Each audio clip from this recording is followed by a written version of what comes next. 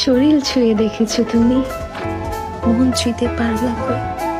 পুরো লাইব্রেরি দিলাম তোমায়, তুমি পড়তে পারলে না একটু বই।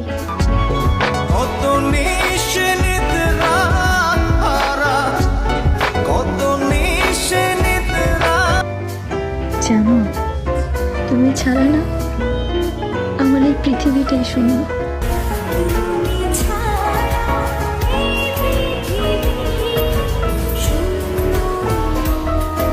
দিন অনেক ছটফট করবে আমার সাথে একটু কথা বলার জন্য, যে কিনা তার মুখের কথায় আমার বুকে আঘাত করেছিল।